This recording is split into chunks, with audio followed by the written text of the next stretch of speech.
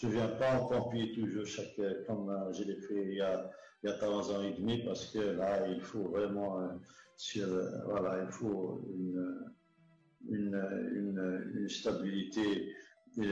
C'est pas la stabilité sur le plan technique ou joueur, tout ça, c'est surtout la direction parce que tout se passe, comment dirais-je, voilà, s'il y a quand même une personne qui a une vision, une stratégie, qui préside la GSK, tout se passe en haut, parce qu'il y a des joueurs qui partent, il y a des entraîneurs qui partent, mais quand même, s'il y a une direction quand même ferme, une direction qui travaille, une direction qui a une vision, une direction qui a le coach, faut pas oublier, il faut avoir du coach, c'est pas facile, il y a une très très grande pression autour du club et tout ça.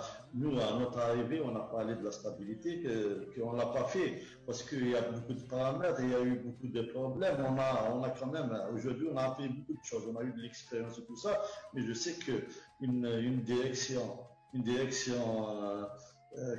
qui a maintenant de l'expérience, tout ça, qui va faire mieux que les saisons précédentes.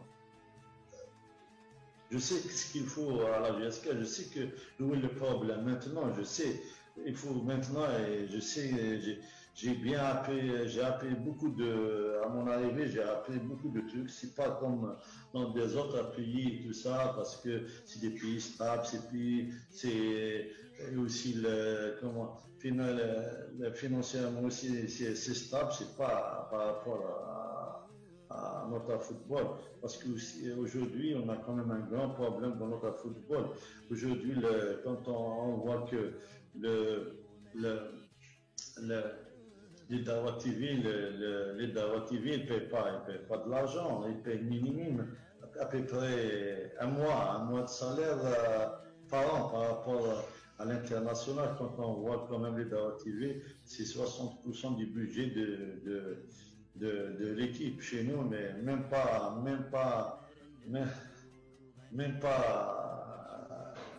4%, à peu près 10%. Par rapport à la GSK, les autres clubs qui ont une grande masse salariale, c'est à 5%. C'est tout. On ne peut pas faire face, mais maintenant, il faut y aller, il faut lancer les jeunes, il faut y aller vers la formation, sinon, on peut pas. Il n'y a aucun club qui peut faire face. S'il y a la DNCG, normalement, tous les clubs, 80% des clubs, ils seront, voilà, ils vont déposer le bilan. 80% des clubs de première division professionnelle, ils vont déposer les bilans.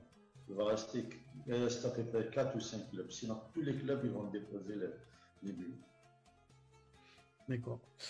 Eh bien, nous aussi, on se pose la question de comment une gestion, une vision claire, etc.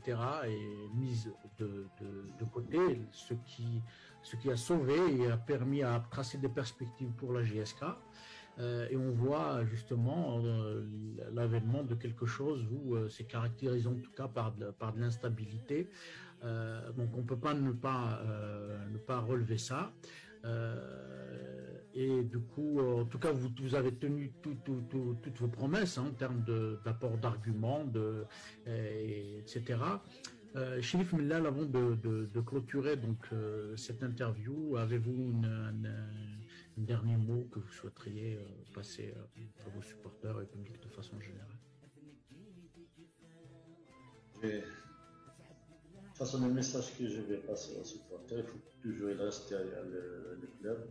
Ils appellent à la sagesse, à l'unité. Il faut que maintenant le public de la GSK va être uni derrière la GSK pour que on va la pousser vers l'avant. Il ne faut pas se désespérer. Nous prochainement, moi je suis très très optimiste. Prochainement, on verra l'augmentation du capital.